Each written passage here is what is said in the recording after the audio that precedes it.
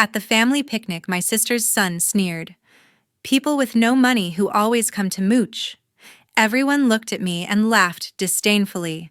My sister smirked at me too. I simply smiled, took out my phone, and walked away. They didn't know I was the one who paid for everything. When they found out, my sister turned pale and called me in a panic. My name is Paige Harper, and I'm 32 years old. For as long as I can remember, I've been the quiet one in the family, the one nobody really noticed unless they needed something. That day at the annual family picnic by Lady Bird Lake in Austin, Texas, was supposed to be a celebration of 35 years of Harper Commercial Realty, the company my parents built from the ground up. But to me it felt like just another reminder of where I stood. The sun was high, the grills were smoking, and the crowd was buzzing. I stood near the edge of the tents with a bottle of water, watching everyone circle around my sister and her family like they were the main event. I hadn't eaten all day, so I finally walked toward the food tables. That's when Blake, my sister's 12-year-old son, stepped right in front of me, blocking the way with that same smug look I'd seen too many times before. He said it loud enough for everyone nearby to hear. The laughter spread fast. My sister didn't stop it. My parents didn't say a word. They just let it happen. I didn't argue. I didn't make a scene. I just smiled, pulled out my phone, typed a quick message, hit send, and walked straight to my car. They had no idea that message was about to change everything. If you've ever been the one people assume has nothing while you're quietly holding everything together, drop a comment below. Tell me where you're listening from, what time it is there right now, and what moment finally made you stop letting them take you for granted. Hit subscribe and turn on notifications so you don't miss how this ends. Trust me, it gets real. The sun was beating down on Lady Bird Lake that afternoon, turning the grassy area into a hot, sticky gathering spot for the annual family picnic. It was meant to celebrate 35 years of Harper Commercial Realty, the commercial property business my parents had started back when Austin was still growing fast. They had gone all out this year, large white tents for shade, a live country band playing in the background, long tables loaded with catered barbecue from one of the best spots in town, and coolers full of drinks. Employees, clients, and extended family milled around, but everyone knew whose day it really was. My parents, George and Diane Harper, stood near the center of it all, beaming as people came up to congratulate them. Diane kept adjusting the floral arrangements on the main table, while George shook hands and told the same stories about how he'd built the company from nothing. Their attention, though, stayed mostly on my sister Lauren Brooks, who was 38, and the clear star of the family. She moved through the crowd with ease, her laugh carrying over the music, drawing people in like she always did. Lauren's husband, Scott Brooks, was right beside her, talking loudly to a group of clients about the latest property deals. And then there was Blake, Lauren's 12-year-old son, running around with a plate piled high, acting like he owned the place. I watched from the edge of the tents, holding a bottle of water that had gone warm hours ago. That was my usual spot, close enough to be included in the head count, far enough that no one felt the need to pull me into conversations. George and Diane barely glanced my way. When they did, it was quick, almost like they were checking off a list.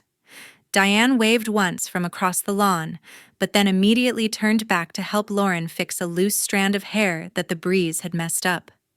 George clapped Scott on the back, after one of his jokes, laughing harder than anyone else. They made sure Lauren's family had the best seats under the main tent, fresh drinks brought to them without asking, and constant praise for how well Blake was doing in school and sports. I felt the familiar weight settle in my chest, the one that had been there for years. It wasn't new, but on days like this, when everyone was together and the spotlight was so obviously on Lauren, it pressed harder. I told myself I was used to it. I had my own life downtown, my own successes that they knew almost nothing about. Still standing there while my parents fussed over Blake's new sneakers and asked Lauren about her latest ideas for the company, I felt smaller than ever. Hunger finally pushed me forward. I hadn't eaten since early morning, and the smell of smoked brisket and ribs was too strong to ignore anymore. I set my water down and walked toward the food tables, weaving past groups of chatting guests. The spread looked impressive: piles of meat, sides of coleslaw, and beans, trays of cornbread. I reached for an empty plate at the end of the line. That's when Blake stepped directly in front of me.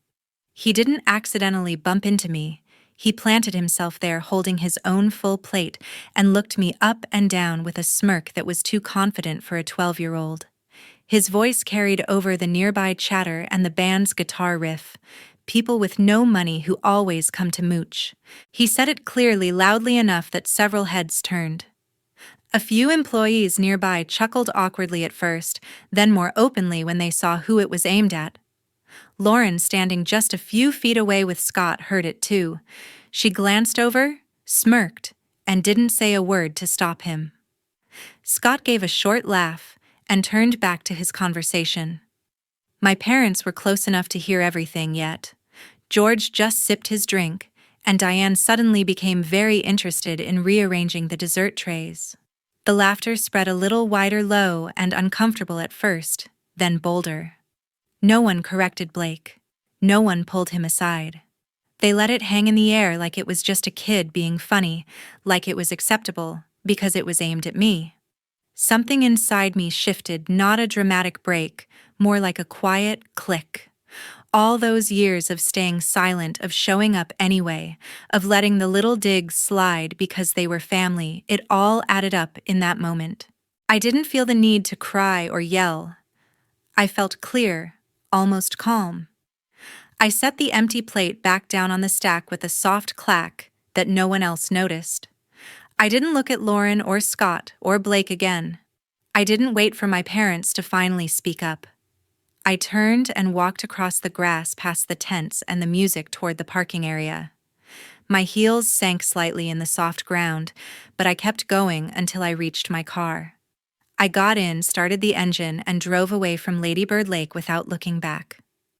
By the time I got back to my condo downtown that evening, the city lights were starting to flicker on below me. The drive from Lady Bird Lake had taken about 30 minutes in rush hour traffic, but it felt longer, giving me plenty of space to let the day settle. My building sat in the heart of Austin's financial district, a sleek high-rise with floor-to-ceiling windows that looked out over the Colorado River and the skyline beyond. I stepped inside, kicked off my shoes, and poured a glass of cold water from the fridge. The cool air inside a sharp contrast to the sticky heat I'd left behind. The place was quiet, modern, and completely mine. No family photos on the walls, just a few pieces of abstract art I'd picked up over the years, and shelves lined with books on markets and deals. I bought it outright 4 years ago with money I'd earned myself, and it had become the one space where I didn't have to pretend or shrink to fit someone else's expectations. Out there at the picnic, everything had been loud and crowded, full of forced smiles and overlapping voices. Here, the silence felt earned, almost protective. I sank into the leather couch and stared out at the view, letting my mind go where it needed to. People sometimes talk about family dynamics like they're sudden revelations, but for me, it had always been more like a slow accumulation. In families where one child shines brighter than the rest, the others often fade into the background. There's even a term for it: the invisible daughter. It's not that you're hated or abused, it's subtler. You're the one who doesn't cause problems, who achieves quietly, who doesn't demand attention. So the focus stays on the golden child, the one who gets the praise, the investment, the constant spotlight, while you become transparent, seen through, rather than seen. In our family, that had always been the pattern. Lauren got the encouragement, the opportunities handed to her, the benefit of every doubt. My parents built their world around her potential, polishing it until it gleamed. I, on the other hand, learned early to manage on my own. I studied hard, took risks they never knew about, and built something solid without needing their validation. It wasn't bitterness that drove me, it was necessity. If I waited for them to notice, I'd still be waiting. The truth was, I wasn't the struggling younger sister they assumed. I was a private equity investor managing deals for high net worth clients and funds across Texas and beyond. My personal portfolio had grown steadily through calculated moves in tech startups and commercial real estate flips during Austin's boom years. By 32, my net worth sat comfortably north of $25 million accumulated through years of disciplined, sometimes aggressive investing that paid off bigger than I ever told anyone.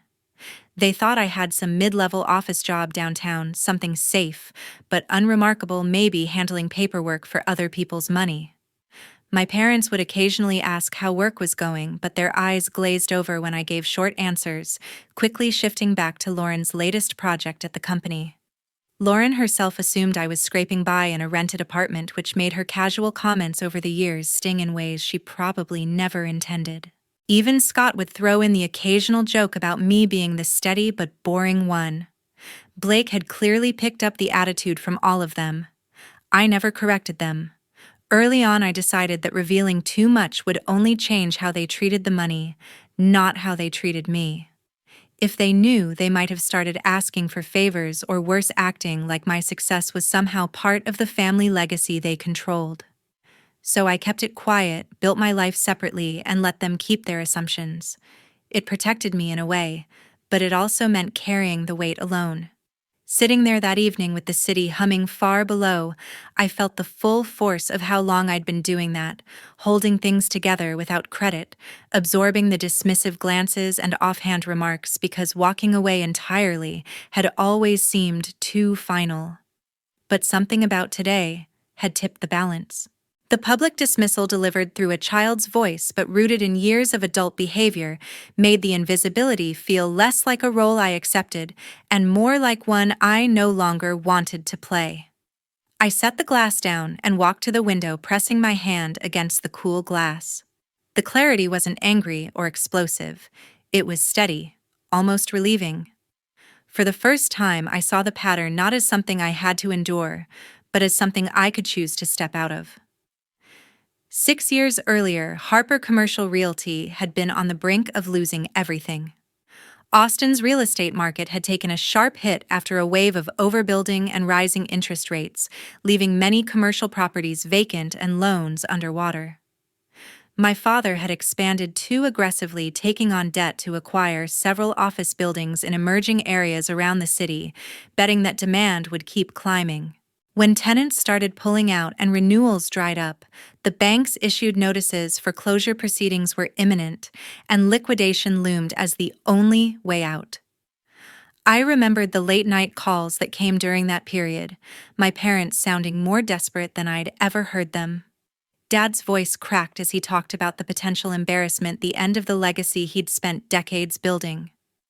Mom worried aloud about what it would mean for Lauren's future role in the company, how it could damage her reputation before she'd even fully stepped into leadership.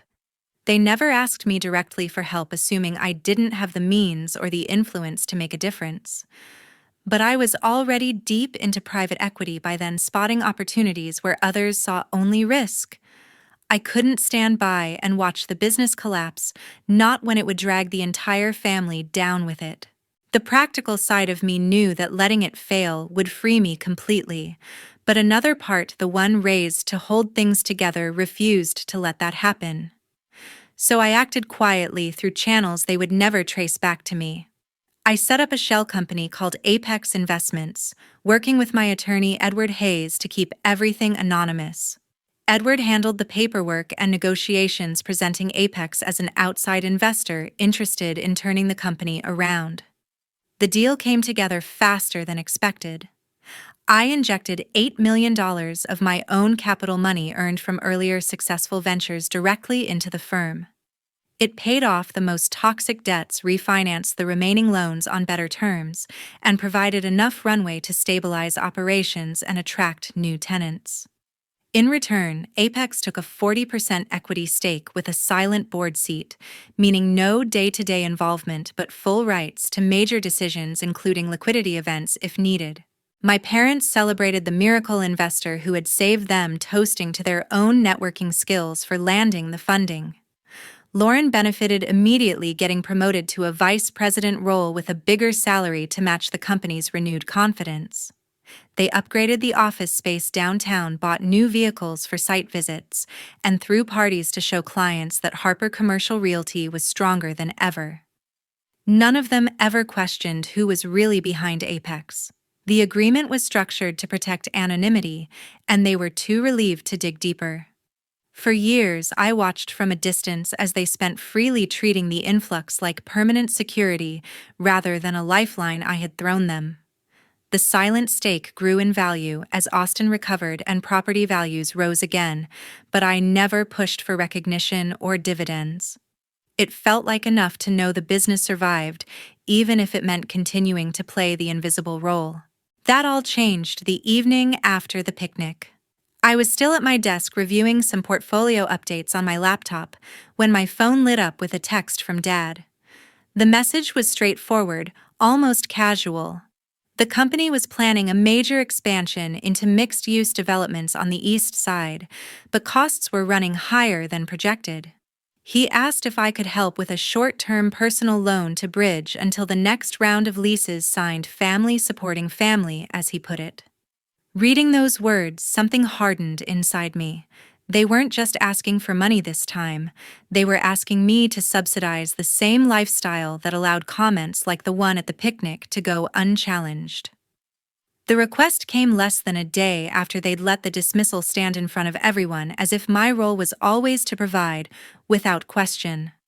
The ledger I'd been keeping in my head all the years of quiet contributions, emotional and otherwise, finally overflowed. I didn't reply to the text. Instead, I opened a secure messaging app and contacted Edward Hayes directly. He had been my trusted advisor since setting up Apex, handling every legal aspect with precision. I typed out clear instructions: effective immediately, exercise the liquidity option under the shareholder agreement. Demand full buyout of the 40% stake at current fair market value, or trigger the forced sale clause if they couldn't produce the cash within 30 days. No negotiations, no extensions. Edward confirmed receipt within minutes and assured me he would send the formal notice first thing in the morning. I hit send on my end, then closed the laptop.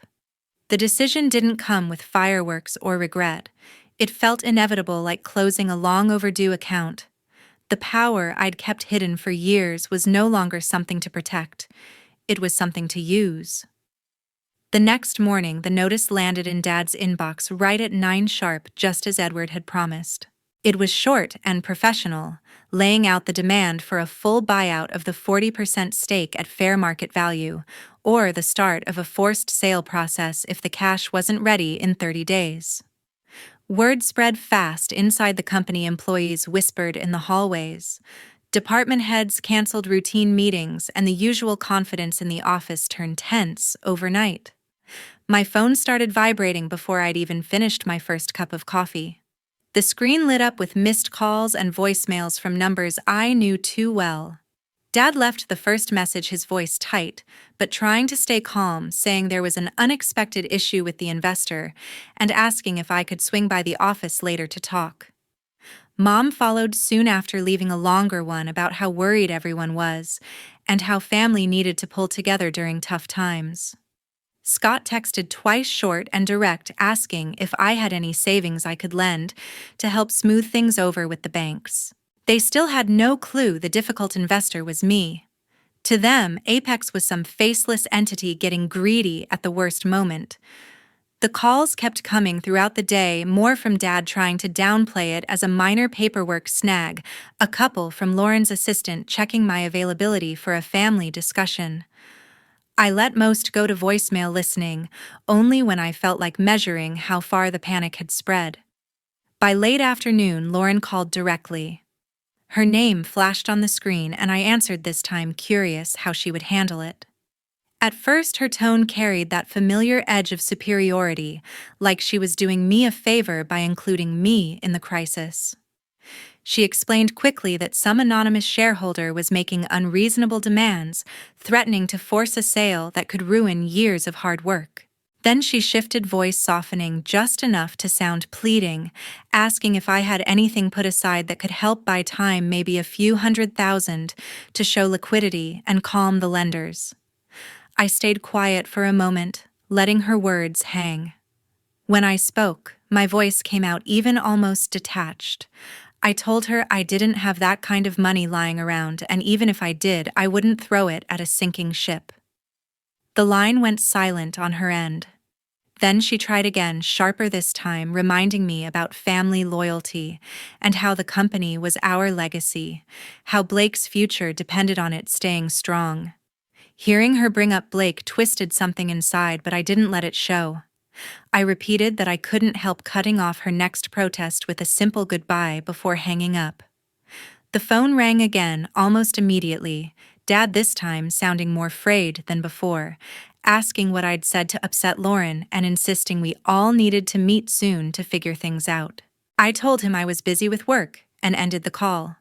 Over the following days, the pressure built. Voicemails piled up, some apologetic, others edged with frustration. Scott left one late at night, voice low, saying they might lose key contracts if the rumor of a sale spread further.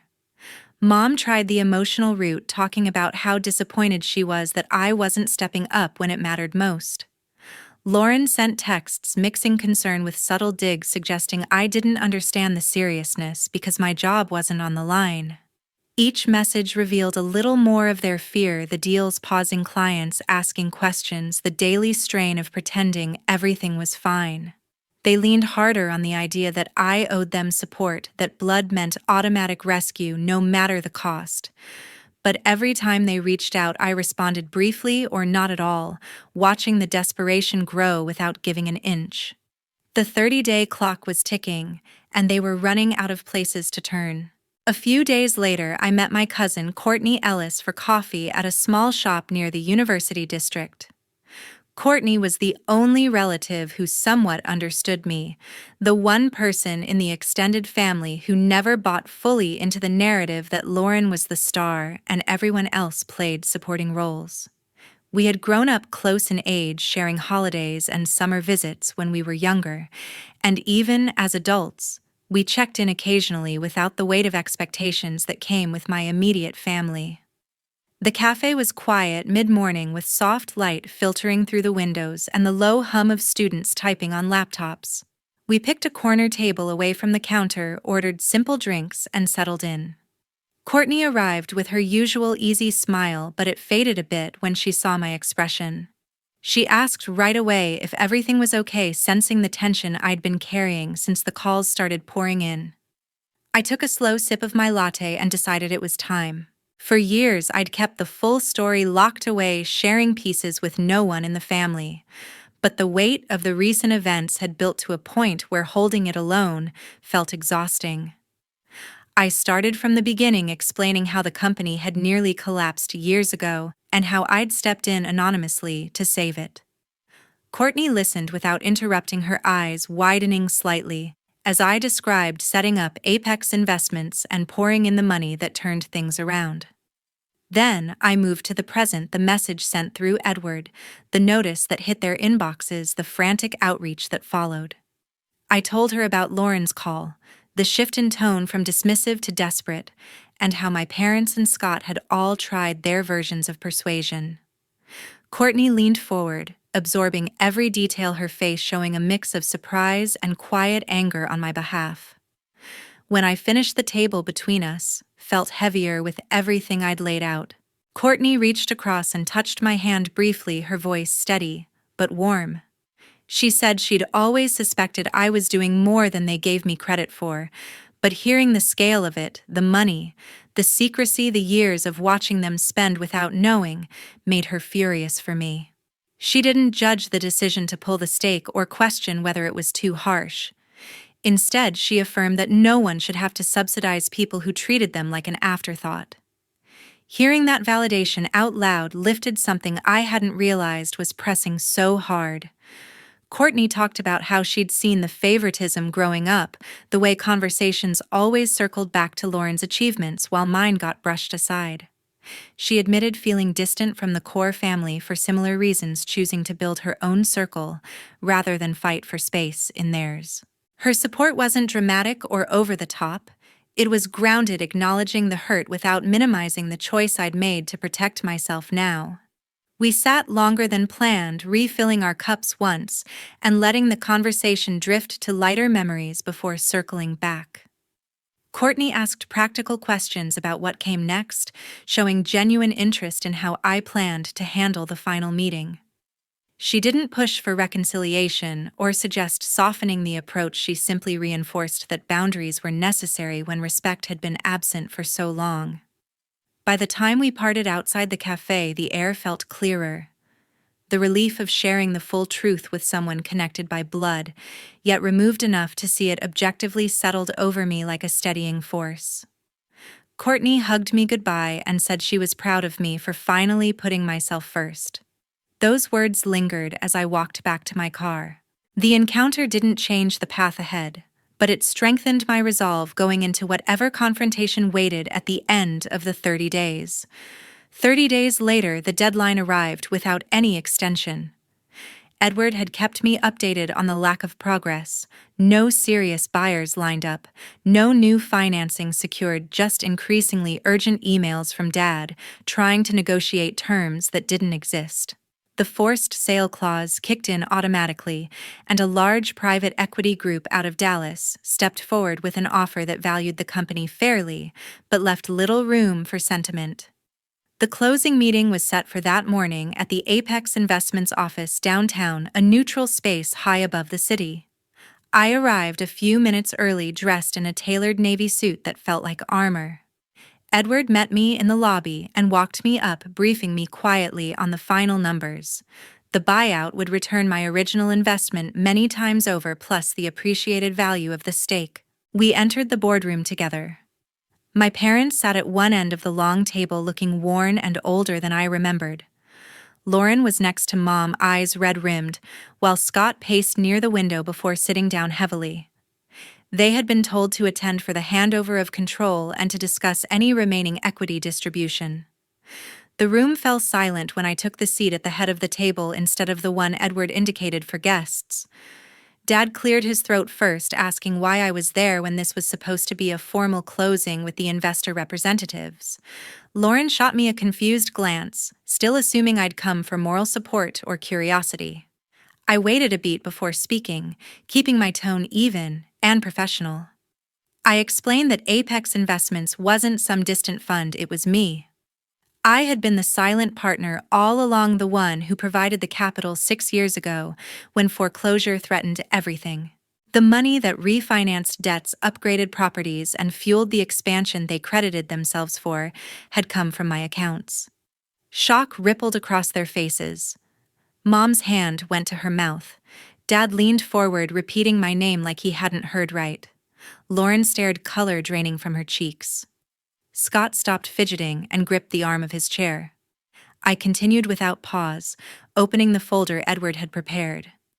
Over the past weeks, a full audit of company expenses had uncovered patterns of personal spending charged to business accounts.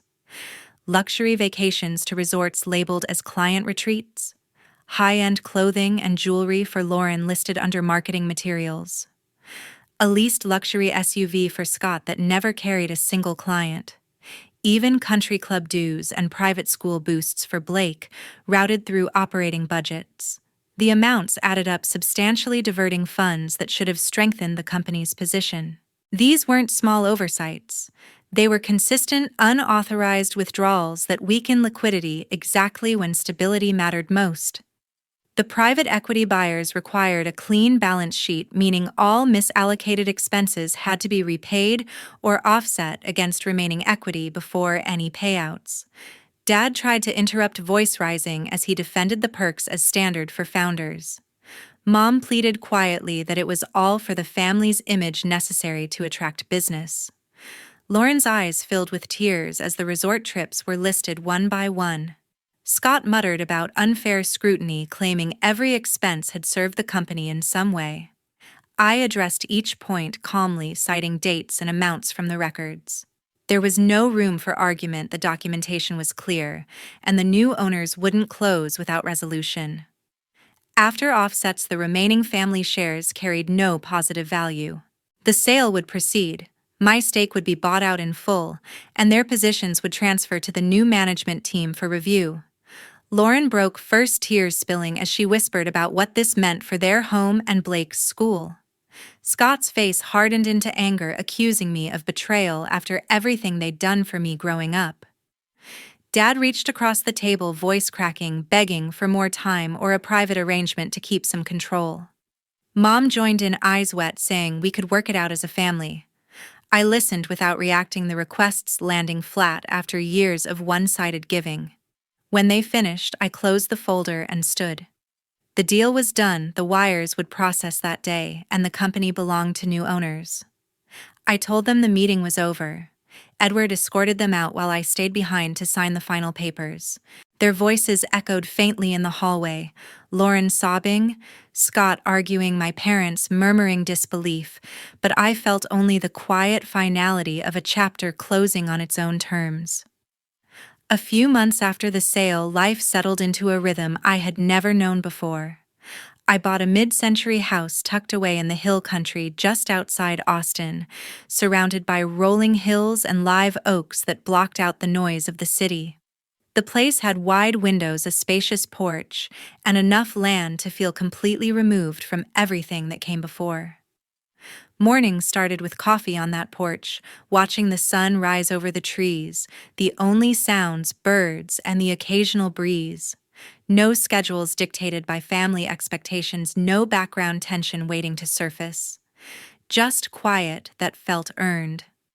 The money from the buyout gave me freedom to choose projects I actually cared about, investing in smaller ventures with founders who valued partnership over flash. Days blended into a calm I hadn't realized I'd been missing, filled with hikes on nearby trails, reading without interruption, and evenings cooking simple meals while the light faded across the valley. For the first time, my success felt fully mine, not something hidden or apologized for. News about the family filtered in slowly through mutual contacts I still trusted. Scott left Lauren within weeks of the sale closing, unable to handle the sudden drop in status and the arguments over money that followed. He moved out, taking what he could, and filed for divorce soon after. Lauren, who had never held a regular job outside the family business, started working as an administrative assistant at a local real estate firm, learning entry-level tasks for the first time in her adult life. Blake stayed with her, but the private school tuition ended, and they adjusted to public options and tighter budgets. My parents sold the large house in Westlake Hills that they'd taken pride in for decades. The mortgage had been tied to company lines of credit that vanished overnight, leaving them no choice but to downsize to a modest 2-bedroom apartment closer to downtown. They canceled club memberships, traded luxury cars for reliable used ones, and faced the reality of living on retirement savings much sooner than planned. The calls came sporadically, at first Dad leaving voicemails that started apologetic and grew frustrated when I didn't respond. Mom tried tears over the phone, talking about loneliness and lost traditions. Lauren sent long texts explaining how hard everything had become and asking if we could meet to talk things through. Even Scott reached out once, awkwardly suggesting I might help with Blake's college fund down the line. Each attempt carried the same underlying expectation that I would step in again, soften the consequences, restore some version of the old balance. I let them go unanswered. The numbers stayed blocked. After a while, emails filtered to trash. The boundary wasn't born from anger anymore. It came from clarity. Continuing any contact would only reopen the door to the same patterns, the same quiet demand that I diminish myself to keep them comfortable. Looking back, the hardest lesson wasn't the money or the company. It was realizing that family doesn't give anyone a permanent pass to take without giving respect in return. Self-worth isn't something you negotiate away to keep peace. Boundaries aren't selfish when they protect what's been earned through years of going unseen. If you've ever carried more than your share, while others assumed you had less, know that choosing yourself isn't betrayal, it's survival. Thank you for listening all the way to the end of this story. It means a lot that you stayed. Please share in the comments what resonated most with you, or a moment when you drew your own line. Like the video if it moved you, and drop a comment to let me know your thoughts.